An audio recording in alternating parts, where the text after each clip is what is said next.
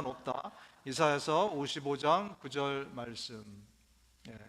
이게 두 가지 중요한 단어가 나오는데 길과 생각이죠, 그죠? 이 길과 생각, 우리의 길이 있고 우리의 생각이 있는데 우리 하나님의 생각은 우리 길보다 훨씬 높고 우리 생각보다 훨씬 높아서 우리가 감히 이해하거나 감히 그것을 제대로 해석할 수 없을 정도로 크고 높고 위대하다, 그 말씀을 하고 있습니다.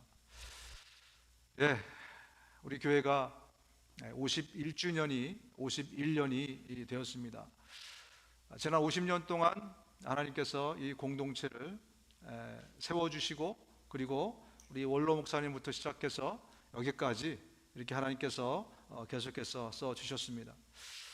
지금 우리 51년을 맞이하는 저와 여러분들, 우리 마음 가운데 정말 우리가 함께 믿음 생활을 하는 동안에는 그 전보다 더 복되고 더 귀하고 더 아름답게 정말 쓰임받는 그런 공동체가 되었으면 좋겠다, 그런 마음이 여러분 있지 않습니까?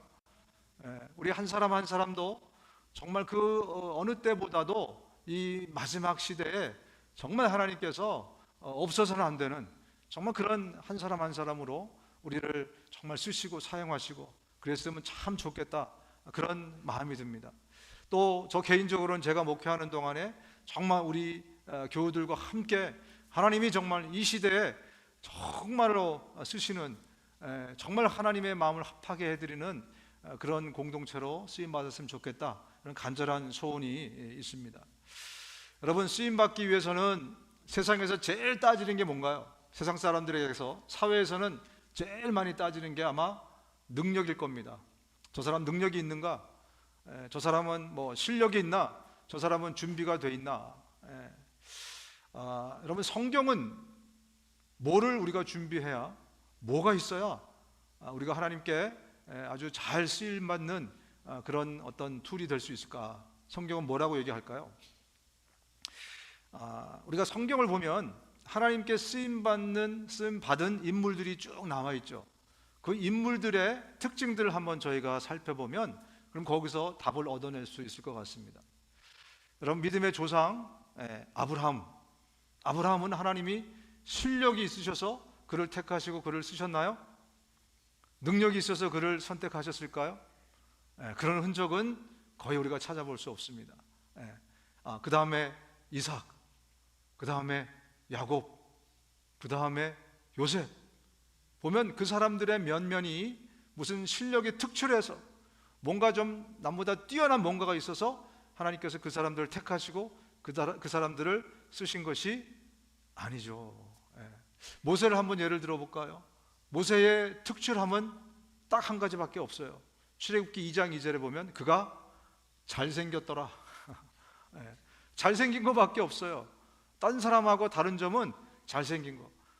그에게 하나님이 그를 왕궁으로 보내가지고 거기서 당시 최고의 어떤 문물을 익히게 하십니다. 하나님이 그에게 실력을 익히게 하신 것이지 그가 실력이 있어서 그 사람을 하나님이 쓰신 것이 아니죠. 구약은 그렇다 치고 신약은 어떻습니까? 여러분, 예수님이 12제자를 뽑으실 때 그 기준이 능력과 실력이었나요? 아니죠. 우리가 생각하는 혹은 사회에서 요구하는 그런 어떤 실력과 믿음이 있어서 그렇게 된 게 아닙니다. 어떤 분은 그렇게 얘기하죠. 바울 말입니다. 바울이 얼마나 그렇게 잘 쓰였습니까? 근데 바울은 실력자 아닙니까? 맞죠. 바울은 실력자예요. 그죠? 그런 공부도 많이 했고 그런 정말 좋은 가문이었고 정말 안 가진 게 없을 정도로 다 가졌어요. 근데 말입니다, 바울이 정작 뭐라고 얘기합니까? 그 모든 실력을요 전부 다 배설물로 여긴다는 거예요. 그리고 그가 사역하고 그가 일할 때는 오직 성령의 나타남과 능력으로 내가 행하였노라, 이렇게 고백합니다. 그걸 보면 하나님께서는 실력 있는 사람을, 능력 있는 사람을, 세상 사람들이 이야기하는 그 재능을 가진 사람을 쓰시는 게 아니라는 것을 알 수 있습니다. 그렇다면 하나님이 쓰시는 사람은 어떤 사람인가? 그러면 어떤 사람인 것 같으세요? 오늘 그 해답을 여러분께 드리겠습니다. 함께 따라 하시겠습니다. 순종하는 사람, 순종하는 사람. 한 번만 더 따라 하겠습니다. 순종은 능력이다. 순종은 실력이다. 네, 여러분, 그리스도 안에서의 실력은요, 뭐 많이 배운 거, 많이 아는 거, 어떤 스킬, 이것이 아니고요, 순종의 실력을 가진 사람이 실력자입니다. 하나님이 말씀하시면 그 말씀을 묻지도 따지지도 않고 바로 실행할 수 있는, 바로 순종할 수 있는 그 실력을 가진 사람, 그 사람을 하나님이 들어서 사용하십니다. 우리가 생각하는, 세상이 생각하는 그 실력은 하나님이 오히려 그에게 실력을 붙여주십니다. 여러분, 다윗을 보십시오. 하나님께서 그를 쓰셨는데, 그를 택하셨는데, 그를 쓰신 이유는 단 한 가지입니다. 하나님의 마음에 합했던 자, 하나님의 마음을 이해하고, 그래서 하나님의 말씀하시면 바로 순종할 수 있는 자가 다윗이었기 때문에 그를 쓰셨어요. 그리고 그 다음에 세상이 요구하는 실력들은 오히려 하나님이 그의 실력이 되어주셨어요. 그래서 그가 전쟁할 때 보면 자기 실력으로, 자기 무기로, 자기 기술로 전쟁했습니까? 아니죠. 하나님이 지금 가, 그럼 가는 거예요. 지금 이때다, 공격, 그러면 그 명령을 듣고 하나님이 실력이 되어주셨어요. 여러분, 그리스도인의 삶은 바로 이것이 그리스도인의 삶입니다. 성경이 말씀하시는 실력이라는 것은 저와 여러분들의 순종의 실력을 이야기하고 있습니다. 하나님 말씀하시면 여러분, 아무 생각 없이, 아무 계산 없이, 아무 어떤 조건 없이 바로 순종할 수 있는 실력이 여러분 있으십니까? 할렐루야. 단 한 분 할렐루야. 우리 모두가 되시기를 주님의 이름으로 축원드립니다. 그 실력이 없으면요, 저와 여러분들은 하나님께 쓰임받을 수 없어요. 우리 공동체는 죽었다 깨어나도 그 실력 없이는 하나님 앞에 쓰임받는 공동체가 될 수 없습니다. 우리 본문으로 들어가서 보겠습니다. 빌라도는 이 말을 듣고 예수를 데리고 나와서 리토스트론이라고 부르는 재판석에 앉았다. 리토스트론은 히브리 말로 가바다인데 돌을 박은 자리라는 뜻이다. 오늘 본문에는 두 곳의 중요한 장소가 등장을 하게 됩니다. 이게 우연인지는 몰라도 두 장소가 모두 원어를 보면 언덕이라는 뜻을 갖고 있어요. 언덕. 첫 번째 장소는 이 리토스트론이라는 장소인데 무슨 홀몬 이름 같죠, 그죠? 리토스트론. 이 특별한 이름을 성경에 쓰신 이유가 뭘까? 아무리 봐도 여기에 하나님께서 우리에게 주시고자 하는 메시지가 있으니까 이런 어려운 말을 여기다가 쓰신 것이 아닌가 생각이 돼요. 리토스트론. 리토스트론은 오늘 본문에서 얘기하는 것처럼 돌을 많이 이렇게 쌓거나 땅에다 이렇게 박아 넣어가지고 높은 언덕을 만든 그 자리입니다. 바로 여기서 빌라도가 이 자리에 올라가서, 이 언덕에 올라가서 예수님께 사형을 언도했던 바로 그 장소가 바로 이 리토스트론입니다. 다시 말하면 여기는 지금 재판석이죠. 재판석. 또 한 장소가 있습니다. 오늘 본문의 또 한 장소는 바로 골고다 언덕입니다. 골고다 언덕. 이 첫 번째 언덕은, 리토스트론은 모든 사람들이 다 올라가고 싶은 그 언덕이에요. 모든 사람이 다 올라가고 싶어서 안간 힘을 쓰는 바로 그 장소입니다. 그리고 이 골고다 언덕은 모든 사람이 기피하는 그 언덕이 바로 이 골고다의 언덕입니다. 여러분, 빌라도는 이 첫 번째 언덕, 이 리토스트론에 오르기 위해서 일생을 정말 치열하게 살았어요. 수많은 인생을 도탄에 빠뜨렸습니다. 자기가 거기 올라가기 위해서. 그리고 수많은 사람을 학살하고 죽였어요. 그 리토스트론에 올라가기 위해서. 그리고 지금도 오늘 본문에 보면, 앞으로 이어질 사건을 보면 그 자리에서 내려오기 싫어서, 그 자리에 머물기 위해서 그는 정말 최선을 다해서 몸부림을 칩니다. 그 중에 하나가 뭐냐면 예수님을 죽이는 일까지 서슴지 않았던 것입니다. 그 자리는 많은 사람들이 정말 부러워하는 자리입니다. 빌라도 그가 얘기하듯이 나는 당신을 놓아줄 권세도 있고 당신을 죽일 권세도 있어, 이렇게까지 예수님에게 말할 정도로 그 자리는요 어마어마한 자리였어요. 한 사람의 인생을 쥐락펴락할 수 있는 권세와 능력이 있는 자리가 바로 이 리토스트론이었습니다. 그런데 말입니다, 안타깝게도 이 언덕에 머문 우리 빌라도의 인생의 결말은 영원토록 저주가 떠나지 않는 그런 인생으로 결말이 나버렸습니다.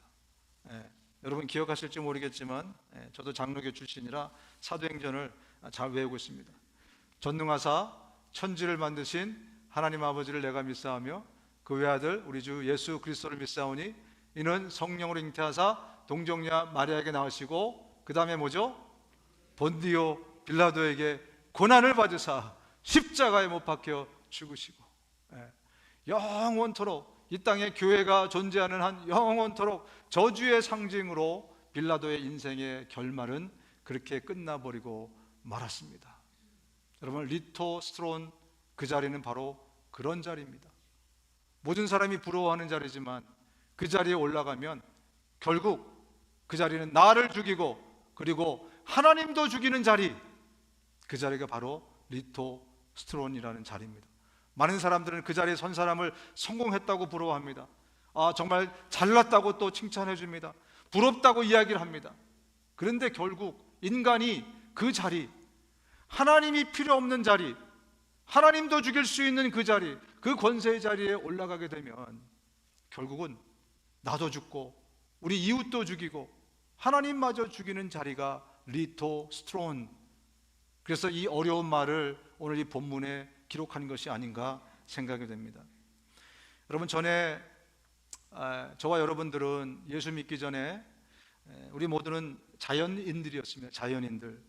그래서 자연인이라 하면 우리가 우리 안에 있는 그 욕구, 욕망, 내추럴한 것을 그대로 좀 뿜어내면서 사는 사람을 자연인이라고 합니다.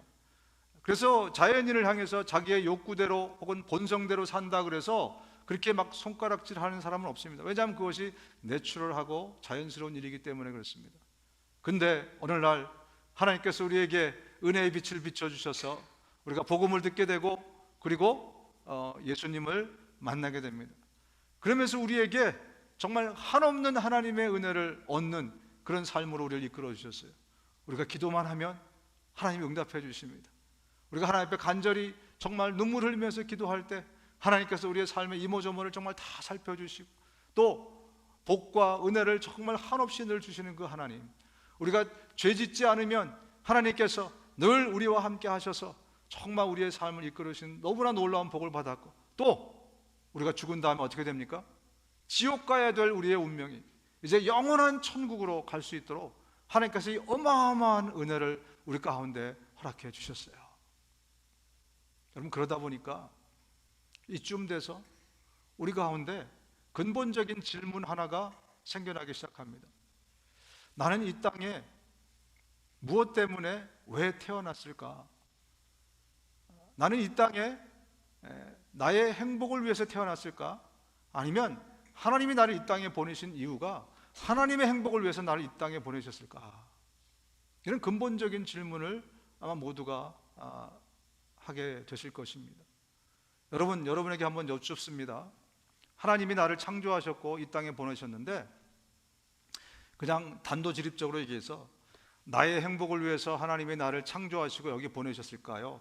하나님의 행복을 위해서 나를 만드시고 여기 보내셨을까요? 1번, 2번. 여러분 뭐라고 생각하십니까? 3번 나가. 꼭 농담입니다. 여러분 하나님이 왜 우리를 이 땅에 보내셨을까? 성경이 뭐라고 말씀하시는지 우리가 찾아봐야 되지 않겠습니까? 우리 침례 교인들로서 신약에는 이렇게 말씀하고 있습니다. 우리 골로새 1장 16절 시작. 하늘에 있는 것들과 땅에 있는 것들, 보이는 것들과 보이지 않는 것들, 왕권이나 주권이나 권력이나 권세나 할 것 없이 모든 것이 그분으로 말미암아 창조되었고 누구를 위하여? 그분을 위하여. 이 세상에 있는 모든 만물들을 하나님이 만드신 목적, 거기에 나도 포함이 되죠. 그죠? 나를 만드신 목적은 누구 때문에? 하나님 때문에.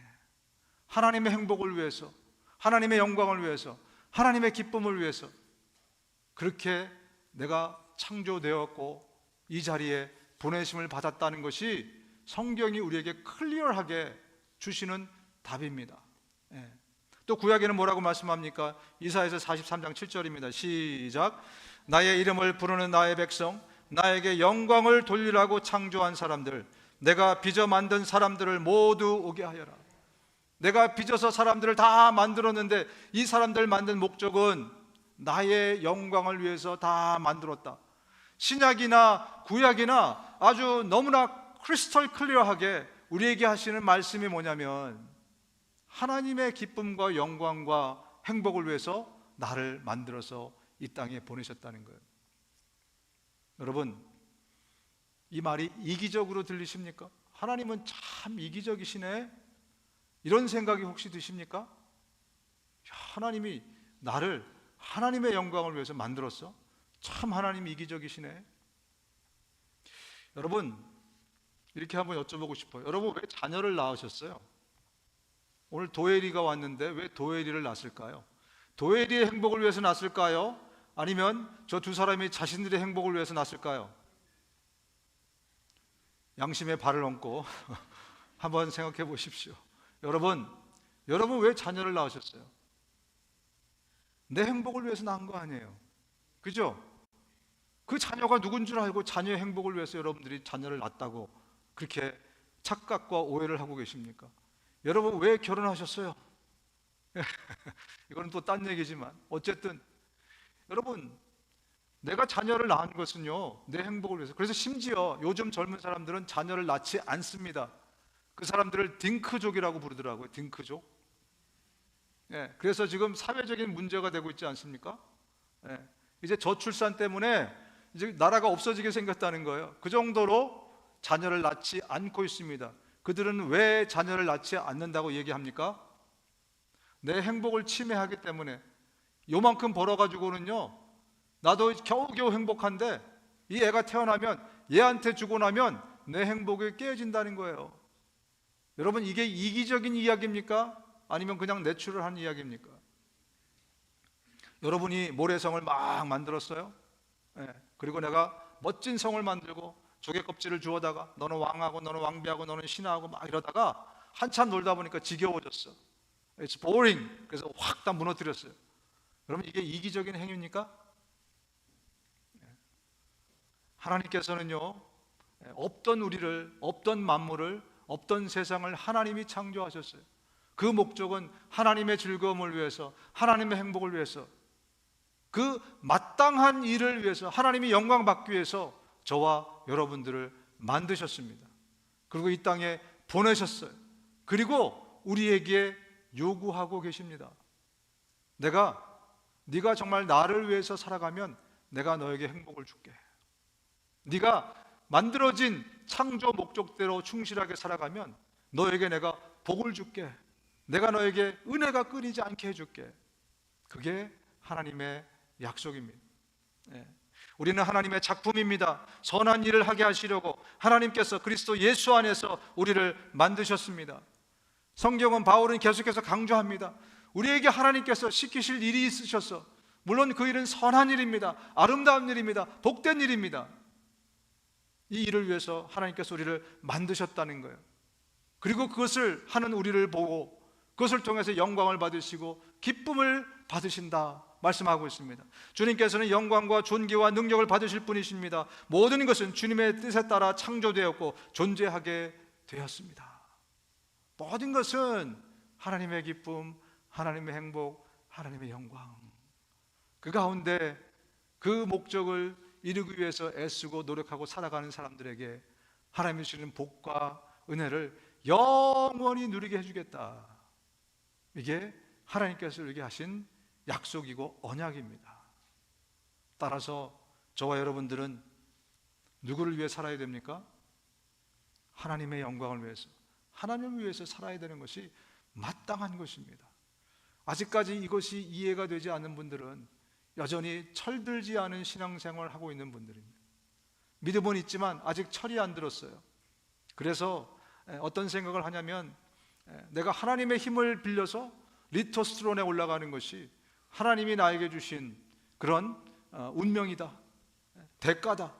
내가 지금 이렇게 헌신하고 이렇게 열심히 기도하고 내가 열심히 이렇게 일하는 것은 리토스로이라는 그곳으로 하나님이 나를 인도해 주실 것이기 때문에 내가 이렇게 열심히 기도하고 내가 열심히 이렇게 헌신한다 라고 생각하는 분이 계시다면 그분은 여전히 철이 안 든 그런 신앙 생활을 하고 있는 겁니다.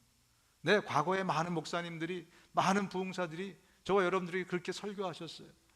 하나님 앞에 그냥 땡깡 쓰고 떼 쓰고 막 그러면 하나님이 다 들어주신대요. 그때는 왜 그런 말씀 하셨냐면 우리가 아직 철들지 않았기 때문에 그래요.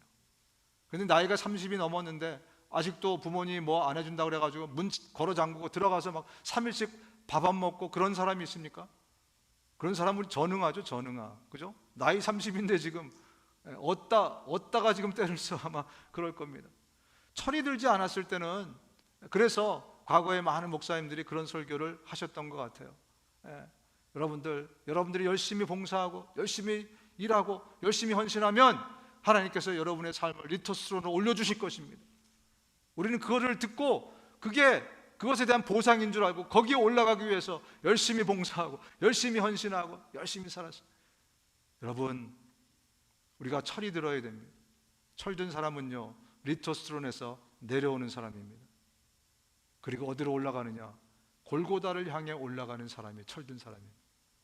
철들지 않을 때는 하나님이 내 행복과 나를 위해서 이 땅에 나를 보내시고 또 내 행복과 나를 위해서 예수 그리스도를 보내시고 또 내 행복과 나를 위해서 내 기도에 응답해 주시고 또 내 행복과 나를 위해서 하나님께서 여전히 나를 이 세상을 움직이시고 모든 것의 중심이 나였는데 알고 보니 그거는 아직 철들지 않아서 우리가 그렇게 생각했던 것입니다. 성경을 보면 모든 것의 목적과 중심과 모든 것은 하나님이십니다. 그래서 하나님이 저와 여러분들을 이 땅에 보내신 것이죠.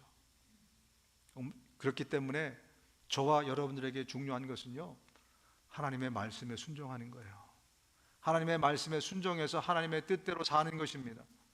하나님이 요구하신 대로 우리가 살아갈 때 내 존재의 목적을 컴플릿하는 것이고 그리고 그때 내 인생의 가장 큰 행복과 은혜를 하나님이 주시는 겁니다. 근데 우리는 오히려 생각을 잘못해서 그 권세의 자리, 그 높은 자리에 올라가기 위해서 하나님을 이용하고 마치 하나님이 나를 그 자리에 올려놓는 것이 하나님이 나를 이 땅에 보내신 존재 목적인 줄 착각하면서 여전히 어린 양을 부리면서 살아가는 그런 믿음 생활을 하는 사람이 얼마나 많은지 모르겠습니다. 아마 지금도 더 많은 사람이 우리보다 훨씬 많은 사람들이 그런 생각 가운데 믿음 생활해서 내가 열심히 기도하는 이유는 열심히 섬기고 열심히 선교하는 이유는 내가 복받기 위해서 내가 그 자리에 올라가기 위해서 내가 성공하기 위해서 이렇게 하면 하나님이 나한테 이런 복을 주실 거야 그걸 바라고서 살아가는 사람이 있다면 아직 철들지 않은 사람입니다. 여러분 그래서 첫 번째 우리는 뭘 순종해야 되냐면 이 하나님의 말씀에 순종하는 사람이 되어야 됩니다. 너무 평범한 말씀 같아서 여러분 크게 아멘이 안 나오는 것 같은데 하나님의 말씀에 순종한다는 것은요 대단한 일입니다. 여러분 이것은 우리 인생에서 제일 어려운 일 중에 하나입니다. 뭐가요? 말씀에 순종하는 것. 이게 왜 이렇게 어려울까? 본문으로서 우리가 들어가서 본문을 좀 읽겠습니다. 이리하여 이제 빌라도는 예수를 십자가에 처형하라고 그들에게 넘겨주었다. 그들은 예수를 넘겨받았다. 예수께서 십자가를 지시고 해골이라 하는 데로 가셨다. 그것은 히브리 말로 골고다라 하였다. 지금 예수님이 무엇을 하셨다는 것을 우리에게 보여주자면 하나님의 말씀에 순종하셨다라는 것을 본문이 보여주고 있어요. 쉬운 일이 아닙니다. 이 말씀에 순종하기 위해서 예수님은요 어젯밤에 어떤 일을 하셨습니까? 겟세마네 동산에서 이 땀이 피가 되도록 정말 3번씩이나 기도하시면서 하나님 제발 내가 이거 지나가면 안 됩니까? 이것만큼은 내가 불순종하면 안 됩니까? 막 이러다가 나중에 하나님의 뜻대로 하옵소서 하면서 순종하기로 결정하시고 순종하셨다라는 말씀을 오늘 본문에 지금 하고 있는 겁니다.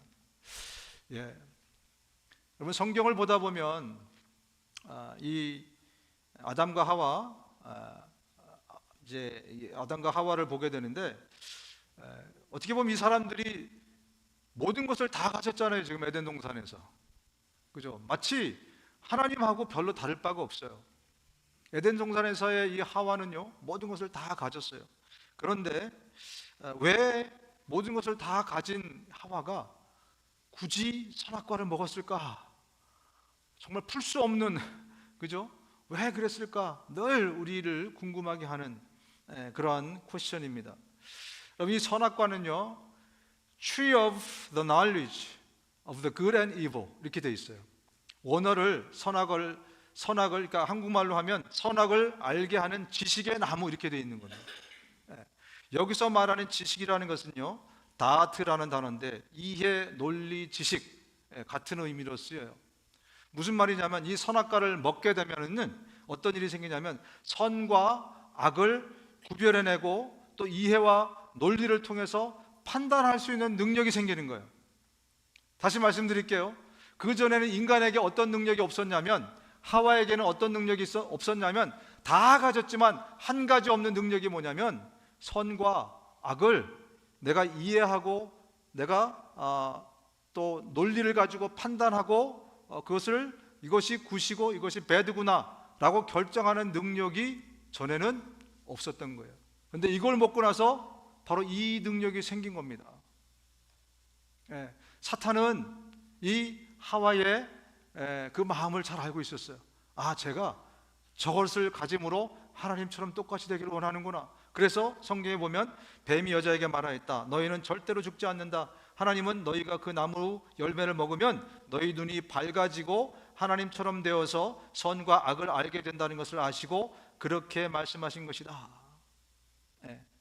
여러분, 우리 생각에는 말이죠, 우리가 살아가면서 어떤 이런 능력이 있어서 내 이해와 어떤 논리로 어떤 것을 잘 구별하고 판단해서 두 가지가 있을 때 이왕이면 선을 택할 수 있는 그런 능력을 주시면 우리가 지금보다 더 잘 살 수 있지 않겠습니까? 그죠? 없었을 때보다. 우리 생각은 그게 우리한테 굉장히 플러스가 될 것 같아요. 그런데 왜 하나님이 그 능력을 안 주셨을까요? 왜냐하면 우리가 불행해지기 때문에 그렇습니다. 그 능력을 언뜻 보기에는 우리가 그 능력 때문에 행복해질 것 같지만 사실은 그 능력이 우리 가운데 오면서 우리의 인생은 망가지기 시작했어요. 더 불행의 골짜기로 빠지기 시작했습니다. 왜냐하면 전에는 하나님이 말씀하시면 우리는 그 말씀을 그대로 듣고 순종했어요. 거기에는 필터링이 없었습니다. 하나님이 말씀하시면 하나님, 그리고 그 말씀에 그냥 순종해서 그 말씀이 우리의 삶에 이루어지고 그 복이 우리 가운데 이루어졌어요. 왜? 하나님의 말씀이니까.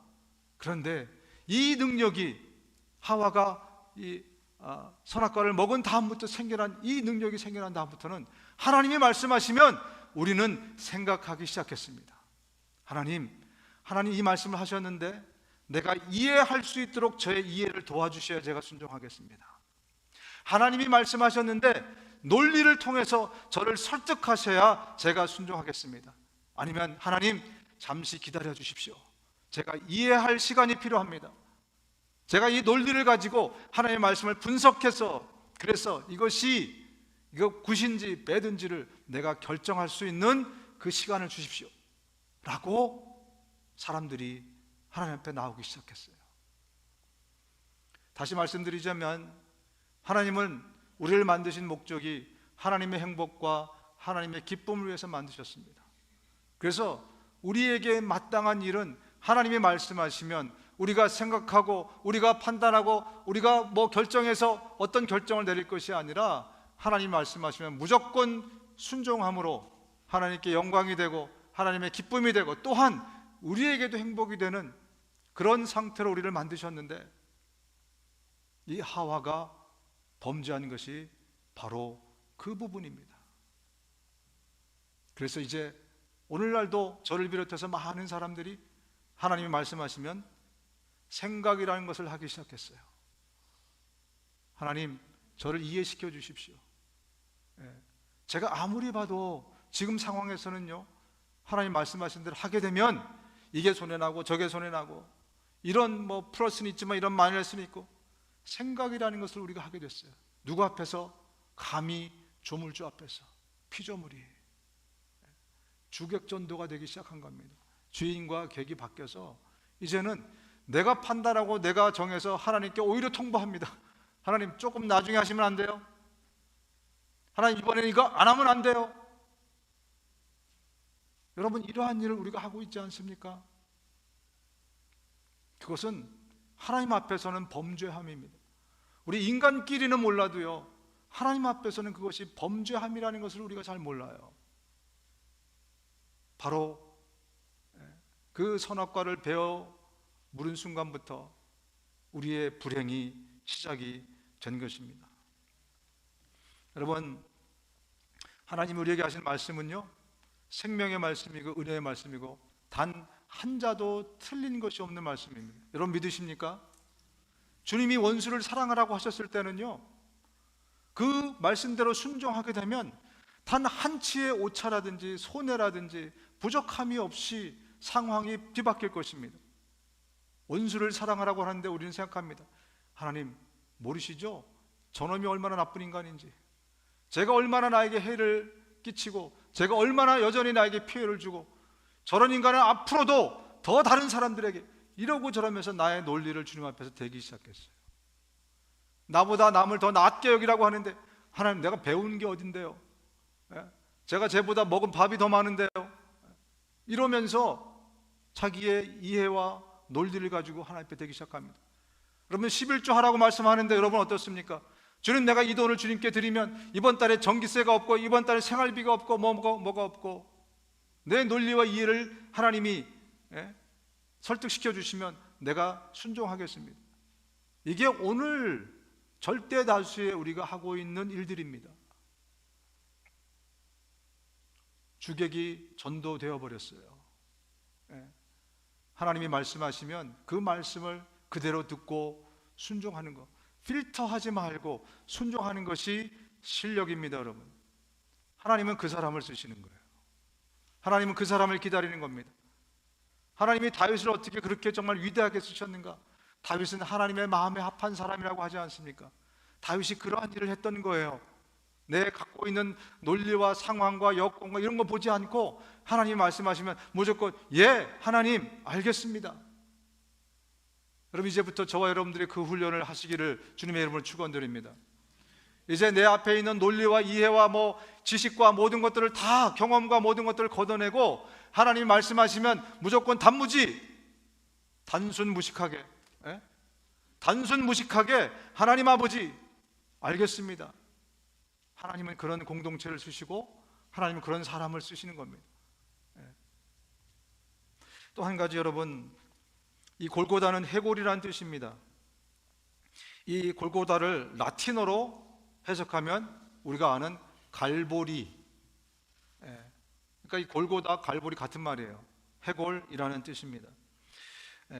이 갈보리는요, 골고다는, 이 언덕은 사람들이 시체를 치우지 않아 가지고 여기에 해골 뼈 이런 것들이 굉장히 많이 쌓여 있는 그런 죽음의 언덕입니다. 누구도 올라가고 싶지 않은 바로 그 죽음의 언덕, 여기가 바로 갈보리 언덕입니다. 그 언덕을 오늘 본문에 예수님이 십자가를 지고 올라가셔서 거기서 피 흘리셨어요. 예수님이 피 흘리자 엄청난 일들이 벌어지기 시작했습니다. 성경에 바로 나온 것이 뭐냐면, 예수님이 거기서 피 흘리자마자 죽었던 사람들이, 그 시체들이 무덤 안에서 막 살아서 튀어나오기 시작했어요. 그리고 지성소와 성소를 잇고 있던 그 엄청나게 두꺼운 휘장 위에서부터 밑으로 찢어져 버리고요. 그리고 엄청난 어떤 그 광풍과 막 이런 일들이 갑자기 일어나기 시작했고 변화가 생겼습니다. 그런데 보아라, 성전 휘장이 위에서 아래로 두 폭으로 찢어졌다. 그리고 땅이 흔들리고 바위가 갈라지고 무덤이 열리고 잠자던 많은 성도들의 몸이 살아났다. 예수님이 피 흘리자 많은 사람들이 살게 됐습니다. 예수님이 피 흘리자 많은 사람들에게 은혜가 임하고 회복이 되기 시작했어요. 여러분, 그리스도인들이 하나님의 말씀에 순종할 때는요, 바로 이런 일이 우리 이웃들에게도 일어난다는 것입니다. 예수님이 하나님의 말씀에 순종했을 때 단지 예수님에게만 은혜가 임한 것이 아니고 그 은혜가 온 인류에게 흘러갔듯이 우리가 하나님의 말씀에 순종하는 것은요, 어렵지만 그 말씀에 순종하게 되면 이 말씀은 단지 나에게 혜택과 은혜만 주는 것이 아니고 주변에 있는 사람에게까지 반드시 이 은혜가 흘러가기 때문에 저와 여러분들에게 하나님의 말씀에 순종하는 것이 중요한 거예요. 필요한 것입니다. 그래서 단순히 내가 순종하는 것은 나만을 위해서 순종하는 것이 아닙니다. 주변에 있는 많은 사람들에게 은혜가 흘러가기 위해서. 그래서 여러분, 우리는 이제 리토스트론이 아니라 그 골고다에 올라갈 결심을 하셔야 됩니다. 이제 우리의 믿음이 어느 정도 자랐다면 이제 오히려 그 리토스트론에서 내려오고 내 것을 내려놓고 이제는 그 골고다의 언덕으로 올라가셔야 됩니다. 그러면 예수님 때문에 우리가 살았던 것처럼 나 때문에 우리 공동체가 삽니다. 나 때문에 우리 이웃들이 삽니다. 여기에 하나님의 말씀을 순종하는 사람이 여기 있으면은요, 이 사람들 때문에 그 안에 있는 그 목장이 살고 이 ASS 그룹이 살고 이렇게 되는 것이 하나님의 법칙이에요. 그래서 주님이 우리에게 말씀에 순종하라 라고 말씀하시는 것입니다. 또 한 가지 우리가 순종해야 될 것이 있습니다. 그것은 뭐냐면 이 골고다 같은 이 환경과 이 삶, 이것에 우리가 순종해야 됩니다. 말씀으로 들어가서 보면 빌라도는 또한 명패도 써서 십자가에 붙였다. 그 명패에는 유대인의 왕 나사렛 사람 예수라고 썼다. 예수께서 십자가에 달리신 곳은 도성에서 가까우므로 많은 유대 사람이 이 명패를 읽었다. 그것은 히브리 말과 로마 말과 그리스 말로 적혀 있었다. 유대 사람들의 대제사장들이 빌라도에게 말하기를 유대인의 왕이라고 쓰지 말고 자칭 유대인의 왕이라고 쓰십시오 하였으나 빌라도는 나는 쓸 것을 썼다 하고 대답하였다. 참 이 구절을 읽을 때마다 왜 이렇게 했을까? 그죠? 빌라도가 왜 억지를 부려가지고 굳이 거기에다가 세 개의 랭귀지를 쓴 거죠. 라틴어로 쓰고 또 히브리 말로 쓰고 헬라어로 쓰고, 하나는 그리스, 하나는 로마, 하나는 이스라엘, 그리고 이 모든 나라의 왕이다. 왜 이런 엉뚱한 일을 했을까? 대제사장들이 와가지고 그거 내려라, 그러지 말고 그 앞에다 자칭이란 말을 써라. 우리는 저 사람을 왕으로 인정한 적이 없다. 지금 이 얘기를 본문에 하고 있는 겁니다. 여러분, 내가 하나님께서 나에게 말씀하셨을 때 나는 그 말씀이 이해가 돼야 되고 나한테 용납이 되고 논리로 설득이 돼야 나는 순종하겠다. 이런 사람들은요, 하나님의 섭리를 이해하려는 것이 교만이라는 것을 잘 모르기 때문에 그래요. 인간은요, 하나님의 섭리를 이해할 수 없습니다. 인간은 하나님이 그 능력도 주시지 않았는데 감히 하나님의 생각을 다 understand 할 수 있는 그 capability를 혹은 어떤 능력을 우리한테 주시지 않았어요. 그렇기 때문에 내가 하나님의 섭리를 이해할 수 있다? 그러면 나는 하나님하고 동급이에요. 여러분, 하나님하고 동급입니까? 그러면 하와 같은 사람이에요. 하와 같은 사람. 나는 하나님하고 동급이 되겠다고 그래서 범죄한 거 아니겠습니까? 인간은 하나님이 하나님의 섭리를 가르쳐 주셔도 우리는 그것을 담을 수 없습니다. 이해할 수 있는, 소화할 수 있는 능력이 우리 가운데 없기 때문에 우리가 이 말씀을 하가하라고 말씀하신 것입니다. 우리 이사야서 55장 다시 한번 하가하겠습니다. 시작. 하늘이 땅보다 높듯이 나의 길은 너의 길보다 높으며 나의 생각은 너의 생각보다 높다. 인간은 하나님의 뜻과 섭리를 이해할 수 없다는 거죠. 그럼 빌라도는 지금 왜 이런 엉뚱한 짓을 했을까? 우리가 다 그 당시에 그 광경을 본 사람들, 또 만류한 사람들을 보면 저 사람 지금 뭐 하는 거지? 그런데 아주 고집스럽게 빌라도가 거기다가 쓴 건 뭐냐면 예수님은 만왕의 왕이다라는 걸 쓴 거예요. 왜냐하면 그 고대 근동의 나라가, 그죠? 이 세 나라거든요. 지금 그리스, 로마, 이스라엘, 그죠? 근데 하필 예수님이 그 모든 것의 왕이라고 썼으니까 당대의 사람들에게는 아니 예수님이 만왕의 왕이야? 이렇게 아마 생각을 했을지도 몰라요. 그죠? 왜 이렇게 했었을까? 여러분, 당시의 사람 중에 그것을 이해할 수 있는 이 커패시티를 가졌거나 어빌리티를 가졌거나 할 수 있는 사람은 아무도 없었어요.